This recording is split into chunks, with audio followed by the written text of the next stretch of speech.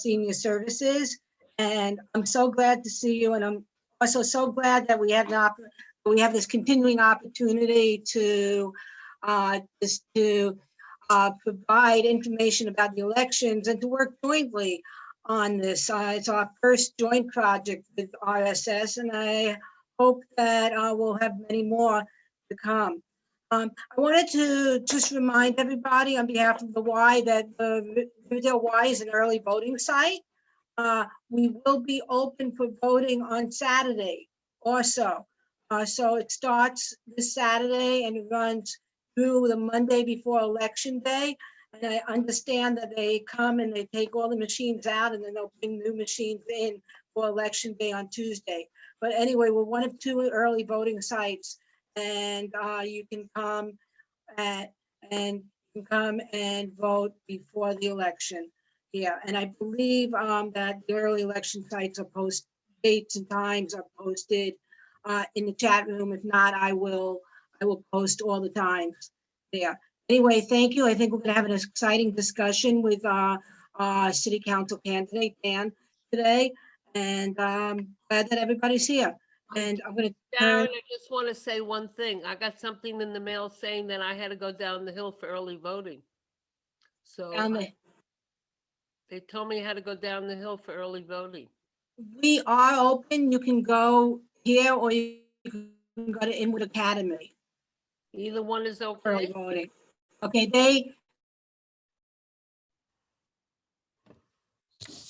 There were two sites that I got for early voting. One was the Y, the other one is they didn't put our information on the website on the Board of Elections. You can go either place. I'd rather go to the Okay, Y. can I make a suggestion? I'm sorry. We'll figure that out. We'll figure that out and we'll Thank you. come back to that at the end of this. I just want to get Dan started. Right.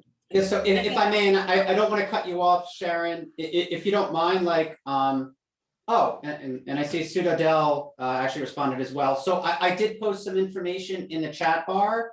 Part of that is, about early voting. You do have to go to the early voting site in which you're assigned. And the early voting, if you want to find which one you're assigned to, you can go online and I put the link up there as well. It's voting.nyc. And if you click that link, it'll take you to the New York City Votes website, and it'll show you, you can put in your address and it'll tell you exactly where to go. Depending on where you live, you could be assigned to the InTech Academy, which is essentially Kennedy High School campus with the 3 schools there. Or, if you're in Riverdale as well, it could be the Riverdale Y. So it all depends upon your address. There's 2 other early voting sites, Bronx High School of Science. Yeah, cool. Okay. So we're gonna just turn it over, let Julie just speak for a little bit and then we'll turn it over to Dan and then we'll start. Yes, we're delighted to see all of you here. I wish we could do this in person, but this is the next best thing, and we're delighted to have Dan with us tonight. And also I echo Sharon's comments about we love working with the Riverdale Y. We think community is all about collaboration. I just wanted to remind folks, some of you who've been with us at other sessions have heard this, but March 23rd is the special election for the City Council member for District 11. The person who wins that election will serve out the remainder of former Councilmember Cohen's term, which will go through December 31st, 2021. The next important date is June 22nd, which is the primary. So candidates can stand at the primary in order to be on the ballot for the November 2nd election. The person who wins the election in November will start a term of January 1st, 2022, and they will be the council member for District 11. So I think I did that without looking at my notes too much. I just want to remind everybody, we have on a number of occasions reached out to Carlton Berkeley. Unfortunately, we've not connected with him. So all the other candidates have spoken. We have one more coming up this Friday at 12 noon. We needed to change the schedule, and that's with Kevin Pasmino. So that's 12 noon on this coming Friday. Just a reminder, we are going to mute everybody while Dan is speaking, but if you have a question, please feel free to put it in the chat. And after Dan speaks, we'll open it up for people to ask individual questions. So it's my pleasure to now turn it over to Dan. Thank you, Julie. Thank you, Sharon. Thank you, Margie, so much. I love the fact that you guys are hosting a forum like this. I think it's amazing. Look, to inform voters and give everyone the opportunity to speak to us one-on-one, I think is phenomenal. As you guys have heard, there's a special election on March 23rd. The former council member, Andy Cohen, a friend of mine as well, he became a judge, and it's something that he really wanted to do. And I'm very glad that he was able to pursue a career that he wanted in that aspect. Interesting fact, Andy and I actually went on to the community board together in 2009.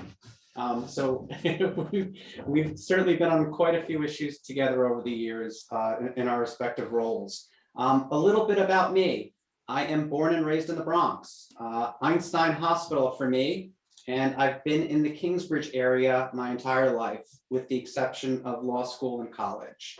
I went to PS 95, I went to JHS 143, and high school was Fordham Prep. I'm very much a local person. After law school, I opened up my law practice in the neighborhood. I mostly do real estate transactions. I handle the purchase and sale of homes, mostly for folks, whether it's a condo, a co-op, a 1 to 4 family house. I also do a little bit of estate work, though most of that for me is pro bono. I've also done quite a bit of pro bono housing work, representing tenants. I've also represented a community organization in my neighborhood called FIPNA, which is the Ford Independence Park Neighborhood Association, and various issues. One was dealing with essentially the construction of a 6-story building, which the neighborhood was opposed to. It was dealing with the change in zoning, and it was a complicated issue. We worked for several years, and the end result was pretty good, in that we negotiated a pretty good agreement with a new owner there. For me, I guess I geek out on a lot of local issues. If you've come to a community board meeting, you've probably seen me, and you've probably seen me speak for a long time, because I have a lot to say on a multitude of issues. In my 12 years on Bronx Community Board 8, I have served in several roles. I was the former chair of the board, where I ran the agency for about 3 years. I've chaired the Traffic and Transportation Committee for about 8 years. I'm presently the vice chair of the Land Use Committee, and I've been doing that for about 4 years. I've also been a member of a number of different committees, including the Aging Committee, for the last few years as well. And I've got a good idea of most of the issues going on in our community. I spend a lot of time, visiting different sites, for whether it's a traffic issue or a land use issue, meeting with different members of the community, meeting with businesses, meeting with agencies. I can't tell you how many mornings I've spent on cold, windy days meeting with Con Ed to figure out, different projects and whether they can move certain trucks and equipment and accommodate the community. It's something that I've loved doing. I first went on the community board because I didn't really know how government worked. And I didn't really understand why many decisions in our community were made and why certain things were happening. And over the course of the last 12 years, I've been able to work with different government agencies on a myriad of issues. One of the other big things within the community board that we do are land use items. So there's always something happening.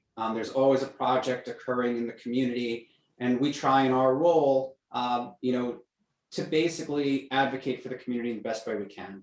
And for those of you not familiar with the community board, we're a city agency. However, we act as a liaison between government and community. We have certain land use functions, but I always tell folks that our greatest power on the community board is to call a public meeting, to draw attention to an issue, and to call in a city agency and have them respond to the community, have them address the community, and answer questions as to why something is occurring. So for me, I've absolutely loved my role in government. And me running for city council right now is to expand that role. One of the things about me is that I really love problem solving. I'm always looking for a way to do something better.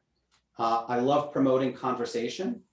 One of the things that I learned early on was to take a 360-degree approach to issues, taking things from all different sides, learning different perspectives, and then continually trying to improve on any item that's out there. I've worked with a lot of great people over the years. I see some very familiar faces on the call here on a multitude of issues. And I know today, we're here to focus on some issues that are specific to seniors. So I wrote down a few to start with, and I'm looking forward to engaging on each of them. One of the, I guess, prime issues out there, and a lot of these I've learned from either in meetings that I've attended or speaking to seniors and speaking to fellow constituents out there. One of the big things I know right now is the vaccine protocol and how the city of New York and the state of New York are actually getting folks vaccinated. I know for seniors out there, this is a huge concern because many seniors have basically been home for the last year and they haven't been able to engage in the community and engage with other folks. And it hasn't been a very great lifestyle for quite a few seniors out there who aren't able to leave their home. So for me, in city government, and this is a city job, one of the things that I really want to hone in on is the vaccine protocol and making sure that folks, especially seniors, are getting vaccinated so that way they can move on with their daily lives. The city has made some progress. Now with the Johnson & Johnson vaccine out there, we're seeing a lot more happening in the Bronx. They're doing an overnight at Yankee Stadium with Johnson & Johnson, and during the day, they're doing a lot more appointments. The other vaccine, I think they're doing Moderna during the day, and then Johnson & Johnson at night. So we're seeing more activity, which I appreciate. One of the issues, though, that we have for seniors are for the seniors who are homebound. And we were having this discussion the other day in one of our meetings, and the question is, how do we accommodate seniors and making sure that seniors who are homebound are getting the vaccine? And I know that I heard the other day. One of the, and I'm just going to do a shout out, one of the great things about being on the aging committee is that we hear from our senior centers each month. And I do truly appreciate that because the senior centers really do understand a lot of the issues and they inform us of what's going on. So for me as a council member, making sure that seniors are getting vaccinated and that society in general, our city are getting vaccinated is extremely important to me. So that way everyone can get back to some sort of sense of normalcy. And for me, it's management and constant monitoring. As a city council member, you have a few very basic functions, I should say. The first is to create laws and to approve laws. And that's one role, the other role is to monitor city agencies. And this is where, proper management comes in. Because what we want to do as council members is make sure that the agencies are doing what they should be doing. And you're constantly checking up to see what's going on within the agency. And then if there is an issue within your community, it's having the ability to react to it. And then find out from the agency why something is happening a certain way. And then continue to, again, problem solve to the extent that you need to as a council member. Another basic function you have is to approve the budget. So we hear a lot of issues within the community, and as a city, we have to decide, council members are doing this through the budget, where our funds are going, where our limited resources going. And as council members, we have to prioritize what our budget needs are. And then beyond that, you actually have to understand how the city agencies are working. Because within each agency who are getting a pool of money, that agency is going to have their priorities. And that agency is going to figure out where they want to dole out the money.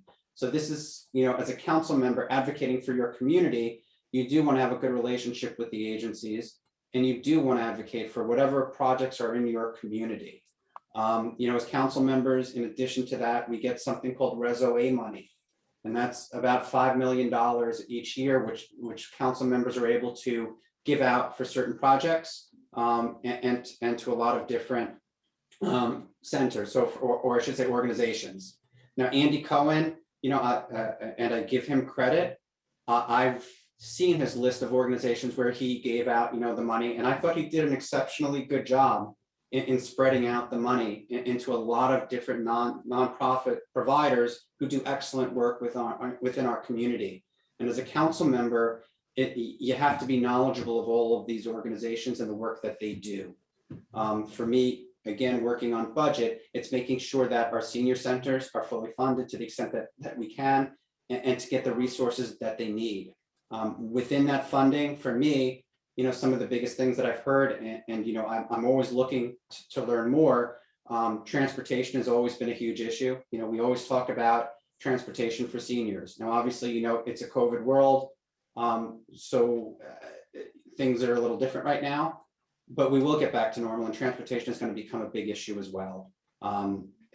Whether it's senior centers providing that transportation through funding and making sure that they have the funding to do it, or again, looking at Accessoride, which is always in need of constant improvement. As a city council member, that's going to be something that I'm always cognizant of and always thinking of. Another big issue for me, and something I've been hearing about lately, is getting meals to seniors. And I know a big part of senior centers, and I know the two organizations here are always providing great meals, for their seniors. But I'm hearing, some of the services that have happened, since COVID occurred, folks really do want to get back to the centers, and meals are a part of that. And I want to make sure that funding is in place to make sure that we have good quality meals for seniors during the day at these centers as well. Another issue, and something that I've worked on personally, is dealing with housing for seniors. I certainly want to keep seniors in their homes to the extent we can. I worked on a case pro bono a few years back, and it was a senior who was living on a limited budget. And with that limited budget, she had fallen into rent arrears, and I was trying to get her funding from the city to do it. And it was extremely hard because even on her very limited income that she had, which was a small pension and Social Security, it was too much according to the city of New York. And eventually I was able to help with the assistance of another organization and get those arrears paid. But that's something for me that's near and dear, that no senior should ever have to go through what this client of mine did, which is that constant stress. It was a housing court case, and while she had me as an attorney, there's a lot of folks who don't have somebody representing them. And for me, it was extremely important. And I want to make sure that each senior has, with limited resources, has the backstop of New York City to make sure that they have their rent each month to stay in their home. Beyond that, creating good, affordable housing for seniors, for those who do want to downsize, for those who would like to live in like some of the new buildings, that's important to me as well. And something that I would certainly work on as a council member.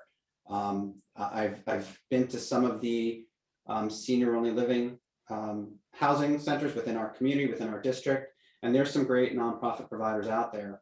And that's something that I would want to continue to do. So housing for seniors, extremely important to me. Another issue I know that constantly comes up, it's come up in this election, and it'll come up in society in general, is public safety and making sure seniors feel safe being out in the community, being out in New York City, being out in transportation. And there's a lot of talk going on right now about what should happen with the funding of the NYPD, and we come back to a function of council members. And I've been pretty straight line on where I am on this issue, and folks have different names for it. Some call it defunding, other folks say I want to shift funds out of the agency. For me, I've been pretty clear in that as a council member, I would not reroute funds out of the NYPD. And I have my reasoning for that. I've spent a lot of time researching the issue over the course of the last few months. And I certainly understand that there are big problems within the NYPD. I understand that there are some gross injustices across the nation. I've seen them, everybody's seen them. It's horrible. I think, from just a very local perspective, NYPD, I think that there are culture shifts that need to be done within the department. I think we need to see greater transparency on disciplining within the department. I think there's a good amount of discipline that we don't see and we don't hear about. And I think it would be better for everyone, the community, for the agency, if we did learn more about those, and we did have more information about that. However, when it comes to funding, right now, and I don't know if most folks understand the statistic, but about 88% of the NYPD budget is personnel. So if you do reroute funding or shift funding, you are essentially removing personnel or firing cops or civilian employees. The NYPD is made up of, it's roughly 2/3 patrol and 1/3 civilian employees. And right now, there is a conversation of what NYPD should be really doing. There's a conversation about shifting certain duties, but I don't believe right now in a realistic, pragmatic view that we are in a city in a position to do that. There have been some pilot programs. There was one pilot program about a year ago, which paired up an NYPD officer with a social worker, and they answered, I think it was about 500 or 600 calls. But I think they recognized within that program that they still had a need for police in these calls because there is that safety element to it. You know, the one thing I think anybody, you know, can realize who's lived in this city, especially this borough, is that when there is a mental episode, when there is an issue, you never know when that particular individual, you know, where it could turn from a nonviolent incident to a violent one. You just don't know. And I think right now, while we should look to certain instances, maybe expanding a pilot program like that, I'm not in a position to say that we should defund the NYPD because, quite frankly, I think the resources we have right now with the amount of people we have in the city probably isn't enough. And I say that because over the course of the last 12 years, I've spent a lot of time at community meetings. And I've spent them all across, not just Community Board 8, but to the other side of this district as well. So in addition to community board meetings, I also go to police precinct council meetings. And I also go to sector meetings. Sector meetings are basically the various sectors within the 50th, and within District 11, we also have the 5-2 and the 4-7. And when you go to different parts of the district and you go to these meetings, you hear what's happening in the individual streets. And I can't think of one meeting I've been to where the community hasn't asked for more presence and more attention. And I think that's a real aspect that we have to think about when it comes in terms of budget. The other thing I would kind of point out is that we have a city of 8.6 million people. It's New York City, the greatest city on the planet. And being the greatest city on the planet, we are also a target in many ways. And it's something that, you know, we've just embraced since 9/11. And it's something that we're completely aware of each day. And for me, when you break it down, 34,000 police spread over the course of 3 different shifts, and you break that down into 8.6 million people in the city, I wouldn't say that 34,000 police are too many, especially when you go to the meetings and you hear the things that are going on. I think what I've certainly heard, especially on the east side of this district, is that there's a lot of quality of life issues. There's a lot of issues in dealing with folks in front of folks' buildings. There's people hanging out. There's, you know, again, on the eastern side of this district, that they are seeing open dealing. They are seeing various other problems. So for me, public safety is a real concern across the entire district, and it's something that I will be aware of. I will say this, though. I think the police in the community need to have a greater conversation. You know, the one thing I will say also on the community board is, and as a council member, and I think Andy Cohen could probably tell anybody this as well, as a council member, you have to work with the police every single day. There's always an issue or several issues going on in the community that you have to work with your precinct commanders on. It's a variety of issues that come up. So you want to have a good working relationship with that agency, and an open communication and dialogue. And look, I grew up here in the Bronx, and for all the Bronxites out there, I was a kid in the 1980s Bronx, which was a different place than it is right now. So for me, I'll always remember what New York City was like back then, and I'll always know concerns of public safety, and I'll take that in. That being stated, they have raised in the conversation of defund police a number of different programs, which I think are beneficial.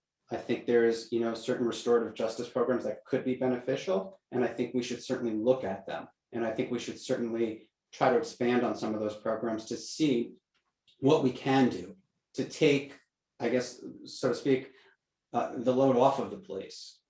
But until we create that better system, until we have some other work going, I think we are still relying on our police officers, which are extremely important.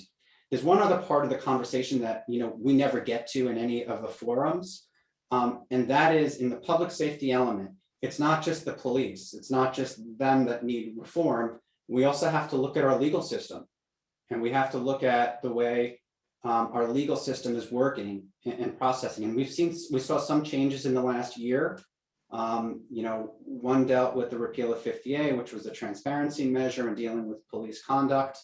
The other was the bail reform laws. And I think that while it's a state issue, we still need to hone in on our legal system and how everything is handled. When we're talking about arrests, when we're talking about public safety, it's the second part of it that we really haven't had a discussion about.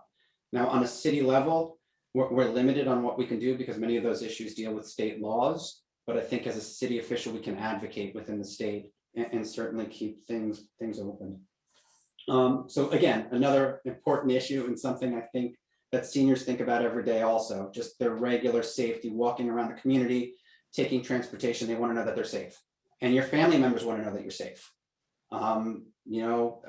If my mom is out walking around in the city, I want to know that she's safe.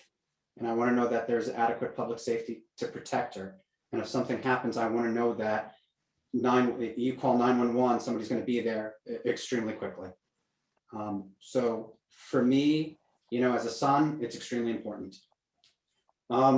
Next issue that I wanted to speak about today are senior centers, and we touched on it a little bit. I love our senior centers in this community. I will do whatever I can to support and get resources to our senior centers.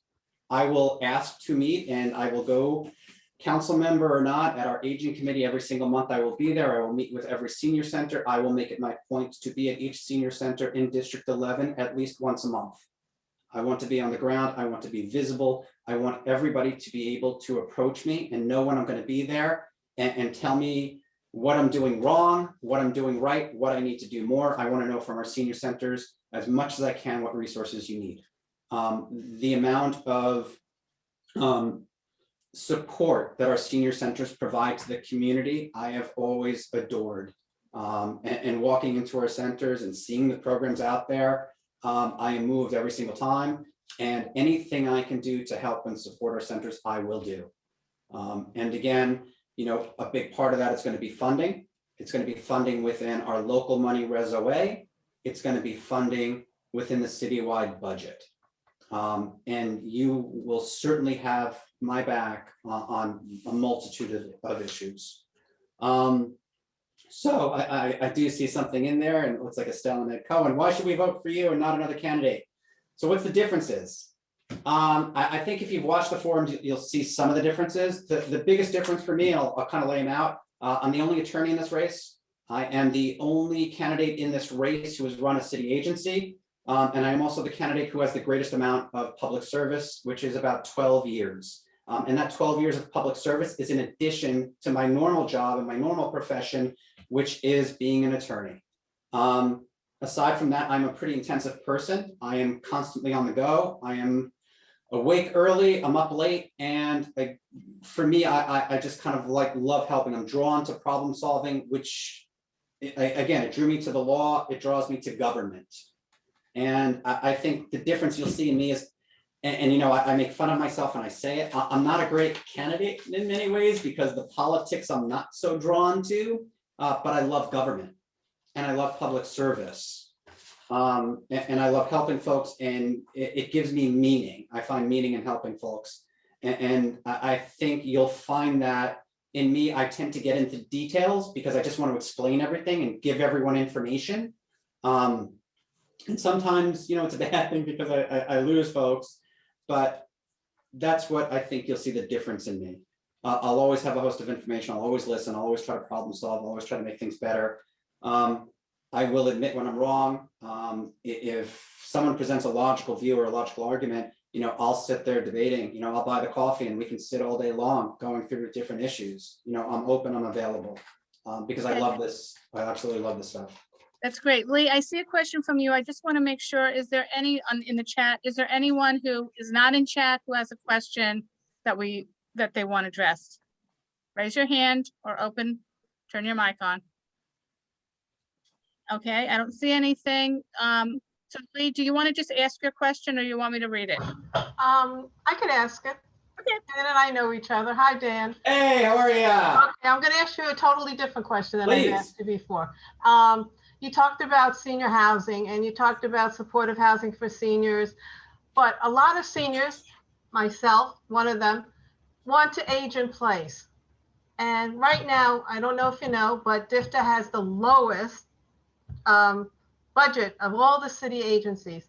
And how do you propose getting more housing, NORCs, they're called NORCs, natural occurring retirement communities. Yep. I think there's only one in our area, and that's the Red Corps, right? So that requires money, and that requires a partnership with a non-for-profit. Yep. How do you feel that you can get that done for the seniors? That it's growing every day in District 11. I think it's the largest population, if you just say it by numbers and ages. Yeah. Right. Yeah. So, all right, go ahead, your turn. So Lee, and I know, Lee, that I know you're an expert in this area because I know your background. So, so one, I guess we have to provide resources. The NORC is actually in my community. It's right down here by the Amalgamated. Right. And, you know, I live a block away from the Amalgamated houses, which is where I grew up. Natural occurring retirement communities, I think, are wonderful items. So what we need to do is get resources to it. It's creative funding. You know, a lot of it, if you're creating new buildings, you're going to have to look to bond funding. Most of those bonds are being floated by HDC. You're going to get Nypd subsidies, and looking to create those projects. And as a council member, this is one of those areas where you have to get into the agency and actually advocate, because the agencies have the money and they're figuring out which projects that they're actually going to support and drive. So as a council member, you know, you want to have a very good, fluent communication with the commissioner of HPD for one, and prioritize certain projects. As far as DFTA is a great organization, you know, and I haven't said this out loud before, but I think there's certain properties in New York City which I would love to see transferred to DFTA to become senior housing. And it's something which, you know, I'd love to kind of get your opinion on, Lee, and have more conversation with it.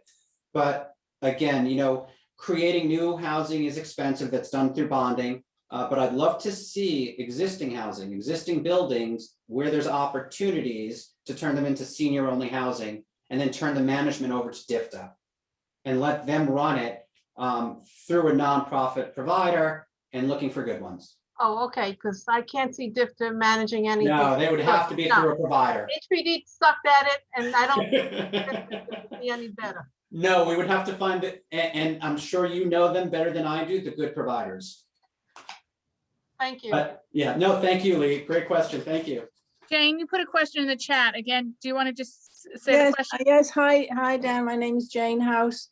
I live up near Knowles Crescent, and there are several businesses that have been closed for years, I would say. So many of you people probably know about them. And what can be done about this real estate person, I think his name is Friedland, to make him, you know, it creates a dangerous situation. It's very uncomfortable to be around those closed businesses for years on end. I mean, the garbage piles up outside. It's just awful. Yeah. Yeah. So I'm going to answer your question directly, and I'll tell you that the funny thing is, the only time I've seen Friedlander move on something is when Chuck Murther, our land use chair, threatened to do a rezoning near one of his properties, which would limit what he could ever build on the property. But I get your point, and I understand it. And so the answer is pressure. You know, what kind of pressure? Finding what kind of leverage you can, or what kind of communication you can have with this individual to increase the amount of businesses that are there. Maybe having a conversation with the owner to see what challenges they're facing and why it is that, you know, they're not renting the units. Is it because they want a certain sum of money? And what is the reason for that? And what can be done? So one of the things, and I want to echo, because you made an incredible point. It's so as a neighborhood, it reduces the vibrancy of a neighborhood when you're walking by during the day and you see closed gates. And I'll give you one more. At night, it's a public safety issue. Yeah. So when you see closed gates without lighting, you know, you're talking about walking on a darker street. Now, in Community Board 8, when I was the chair, one of the things that we started doing in our public safety committee, you know, we would constantly ask new restaurants and bars that were coming in what their hours were. And we wanted to know because we didn't want to see closed gates during the day. So, you know, it's being cognizant of the business. As far as this particular owner, it's trying to reach out, engage. If there's an issue of why he's not renting the space or can't do it, like I'd want to know about it and have a real discussion. Beyond that, it's trying to advocate as much as possible using different means to try to get the owner to rent properties to different businesses. And if they have a challenge finding businesses, then working with entrepreneurs or working with different groups to fill those spaces. Again, you know, I'm a real estate transactional attorney, so I understand the challenges of leasing. I understand many of the issues that come with it. So for me, it's a natural, easy conversation to have on both sides, whether it's working with a business to try to get in there or working with an ownership to find out what their challenges are. And then to the extent that you could, if the issue is dealing with cost or rent, there's different ways to deal with that as well or address it. Well, if I may, I'll add that I think a lot of people have, a lot has been done to persuade Friedlander to do something, but I think he has a deaf ear. And so somebody else suggested that it would be possible to fine them for not having, find the owner of the property, fine them if they keep the businesses closed for over a certain number of months or whatever. And I wonder what your experience as a real estate lawyer is in that regard. So there's, and again, you break it up, there's certain owners of properties who are bad actors in the sense that they just, you know, maybe they just want to control it. Maybe they have a certain amount in their mind and they don't want to rent it. So the idea of a vacancy tax has been floated. It's been out there. You would need, you know, essentially, you need approval from the state level first, and then, you know, into the city. The issue that you have there is this. Not all owners are the same. And while you might have some bad actors out there, there's certain owners out there right now who are having difficulty renting the space in other parts of the area. So while Johnson and 235th, which Friedland owns quite a bit of property there, is probably a very attractive area for a business to go in. And while he might hold out on it, other parts of our district might be a little bit harder for an owner to rent. And you're talking about an issue of whether or not it's going to put downward pressure on that particular owner, which could be, for instance, if you look at some of the stores on Mosholu Avenue, for instance, you're talking about 2 family houses with a store on the bottom. So if they were unable to rent a space there because they couldn't find a tenant, then are you putting that pressure on a small property owner? So you could craft laws with the vacancy tax where it's applying to larger or to certain properties, but I think you need to have a lot more discussion on the issues that are out there. And again, vacancy tax is one measure that you could have. I don't necessarily know that we're there yet. And I say that because of the smaller property owners that have spaces that they legitimately can't rent because they don't have a tenant for them. And I think that's a part of the conversation that is being left out of many of these discussions that we have. Okay, thank you. Yep. Oh, Lee. I just want to add Yeah. to what Jane's concern is, and I think she's talking primarily about the vacancy on Knowles Crescent Circle and on K-Pop. And I think laws can be enacted that are very specific to places like that, where in the good times, they were left vacant because the landlord, for whatever reason, be it greed, or he just doesn't give a damn because he's making so much money on the other properties, right? That he leaves it vacant, that there should be, the city council probably can enact a penalty on that landlord to make it harsher to keep it vacant than to occupy it, or do a taking. We did it for housing. Why can't we do it for commercial property? Because that's a great place. There is housing there. There's Knowles Crescent. There's River Point. There's a Century. The senior center. There's a school. There's business there. There's no reason. The buses all stop there. Dunkin' Donuts would make a hell of a lot of money there. Yes, they would. Right? So Well, I was, why not? And we lost K-Pop Cafe. That pissed me off. There's no restaurant there anymore.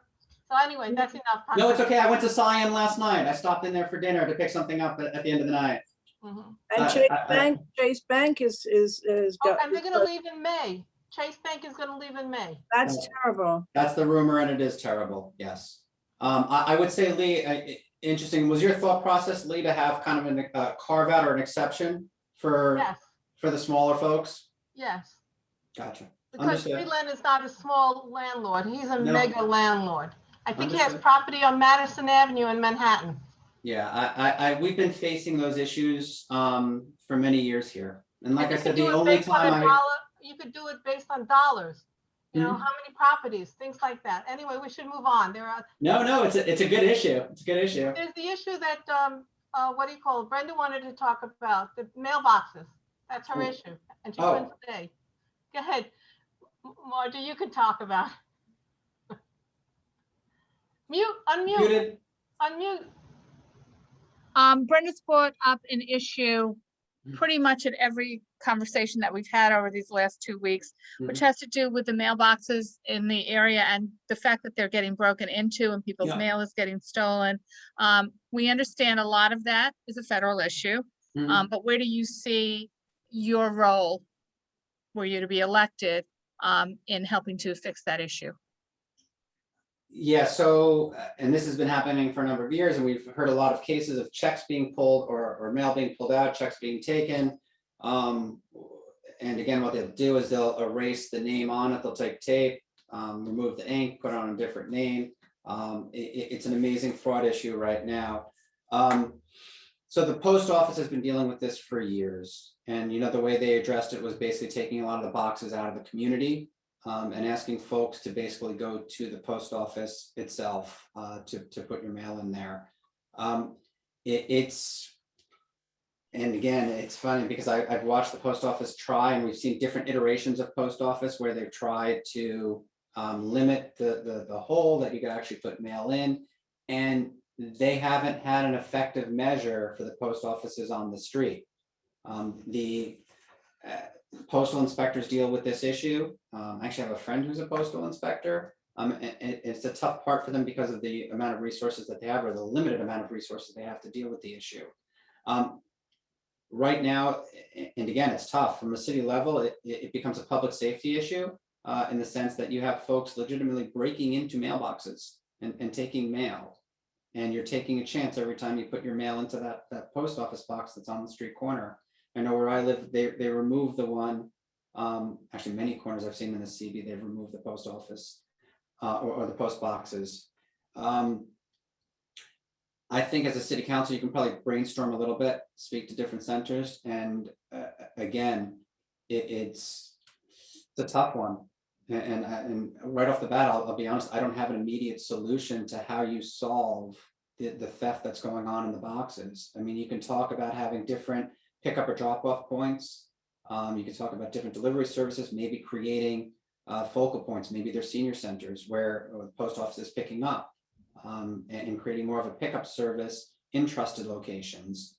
But getting the boxes on the street, I hear the briefings, I hear that from the 50th CO all the time, mail is still getting broken into, mail is still getting stolen. And I've seen from a legal standpoint, I've heard a lot of different cases of folks who are the victim of fraudsters who get their information, it's a check, they'll get their account information and they'll just wreak havoc upon the folks. you could advocate to increase the state law, the penalties for these. But it's a very tough issue in just dealing with boxes. Okay, other I'm open to questions, any solutions, certainly open to solutions. other questions from people? Raise your hand or unmute yourself. Okay, I don't see anything. Yes. Okay. Hi. Can affect this. With regard to the postal issue, again, I can't believe that some kind of street mailbox cannot be designed that would thwart attempts to, to steal it or to break it or anything else. I mean, we can send a machine to Mars to explore, but we can't design a post office that is more or less thief-proof. I mean, a post box, a mailbox that's more or less thief-proof. I don't believe it. It's just, it would, be an expense. That's what it would be, but it seems something that's quite doable, and not only for the city. I mean, this must be occurring in other places in the United States. Happening everywhere. Well. So the last attempt I saw, and look, it's a great idea, and I would certainly advocate with the local post office and see what could be done as far as creating a safer mailbox. Right. The last iterations that I've seen are where they take the incredibly thin slips where you can literally just put a small envelope through. Right. But what I've seen on those is that the fraudsters actually crack it open, where they wield open with a crowbar and get it even wider. And then they take essentially, it's kind of like the equivalent of hangers, and they put a sticky substance on it. I know that they do that. I mean, I know what they And do. they just How they get pull it. right And out. that's how they always get it with, So the way years ago we used to use chewing gum to get things out of the brakes. You know that. So, what I'm thinking of is maybe similar to those boxes where you see some of the trash containers where it's, you put the trash in and then it's kind of locked. Right. And maybe They're they all can come up right. with They have to be. There has to be a better design. So I think it's a great idea and certainly something I would advocate for. Yeah. I mean, Okay. that seems, I always just bring my mail to the post office. I do the same thing. I don't Okay. trust any of the mailboxes. All right, we have a couple of other people that have indicated they have questions. Carol, do you want to say your question, Carol Harvey? Yeah, most of them regard public safety Yeah. in the sense, as a council person, I know you delve into creating an approval of a budget amount. Can you affect the minutia of it? How the dollars are spent? Like, can we get more cops on the beat? Where are those? How can those opinions be effective, or is it even something council can vote on? Yeah, it's within the budget process. So, and we've had, questions about, well, what would you cut from the budget? If you were a council member. And the truth is, it's having a discussion at hearings with the commissioners and their personnel to see what their line items are, and then asking very, very tailored and specific questions to them about where the money is going to be diverted to, in a sense. So they'll have, if you take the NYPD budget, they'll have different line items within it. It's taking the line item that you want, let's say it's personnel, the personnel line item is going to be, it's essentially the personnel within the city of New York, all of the precincts that are out there. So it's getting to the commissioner and then advocating with him and saying, okay, you want this much money. What does this mean to me in terms of our local precincts? And then getting to the commissioner and getting solid answers. Each agency is going to have their own particular priorities. Okay, and the agency itself is the decision maker, council. When they're getting top line, and they do all the rest. There's lines. In other words, we don't have many people walking the beat. Well, could you take less of the dollars going to cars and extend the hours? Yes, so that we could have a discussion with the commissioner with and say, you're asking for this much money. We would like to see more patrol officers out there. Are you committing to that? Can you commit to that? Why can you not commit to that? And having a real conversation with them about it. I remember when there used to be beat officers in our precinct and in our neighborhood. I remember there always used to be a beat officer on 231st and Broadway. There is a new program in the NYPD right now It's called the NCO program. I'm not sure if you guys have heard about it. You know, the NYPD hasn't done a very good job of broadcasting it, in my opinion, but it's essentially, and I'll take the Riverdale area, the 50th precinct has 6 NCO officers, the neighborhood coordination officers, and then 1 supervisor. We have 3 sectors in the 50th, Sector A, Sector B, and Sector C. So there's 2 in each sector for NCOs. If you want, and if there's an issue, and I've done this with various people who have had public safety issues, I get them the cell phone number and the email for their particular NCO officers. And the NCOs are usually pretty responsive. And if they're not responsive, you know, there's a supervisor contact as well. And, you know, I haven't had an issue with NCOs not responding.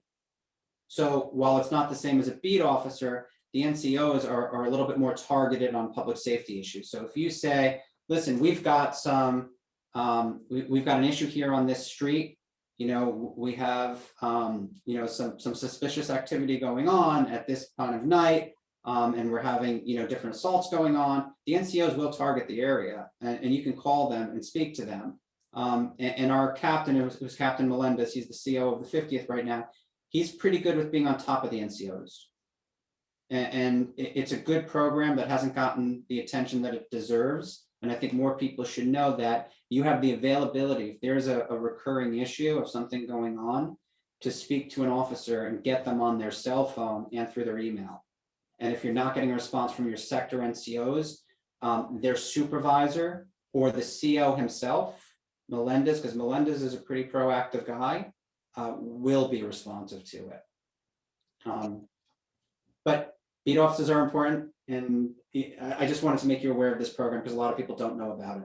What do the initials stand for? NCO? Oh, Neighborhood Coordination Officers. Thank you. So if you called the 50th and you had a recurring issue and said, hey, I live at this address, can you tell me who our sector NCOs are? They'll tell you their names, they'll give you their email addresses and tell you how to contact them. Thank So you. we have about 7 minutes left. Ruth, you had a question, right? You have to unmute. What organizations are supporting you? Yeah. So organizations, let's see, well, I'll start with former Assemblyman Michael Blake has endorsed me. Bill Samuels, I'm not sure if you know Bill Samuels. Bill Samuels is endorsing me. There was a candidate in the race named DNL Fenn. He had actually bowed out of the race and then supported me. Also, there is the Northwest Bronx Democrats have supported me. And I just picked up a local union as well who is supporting me. I'm going to get the official letter in just a short while. And right now, those are the endorsements. But my biggest endorsement, and one which I'm most proud of, is my mom, who's got my back forever. And there she is. Ah, That's my best and biggest endorsement right there. Other questions? We have a couple of minutes left. Anyone else? Am I missing anyone? I don't think so. I don't think so. Okay. Dan, thank you so much. This has been a wonderful hour spent together. Thank We you. really Thank appreciate you. it. Thank you, So everyone, much. for coming out and listening. And feel free to reach out to me. And if you have any specific issues or questions, just call me. You know, email me, call me. I'll put my email up here too. I love chatting issues. I love listening to different solutions. Please reach out to me. I'm gonna throw it up here.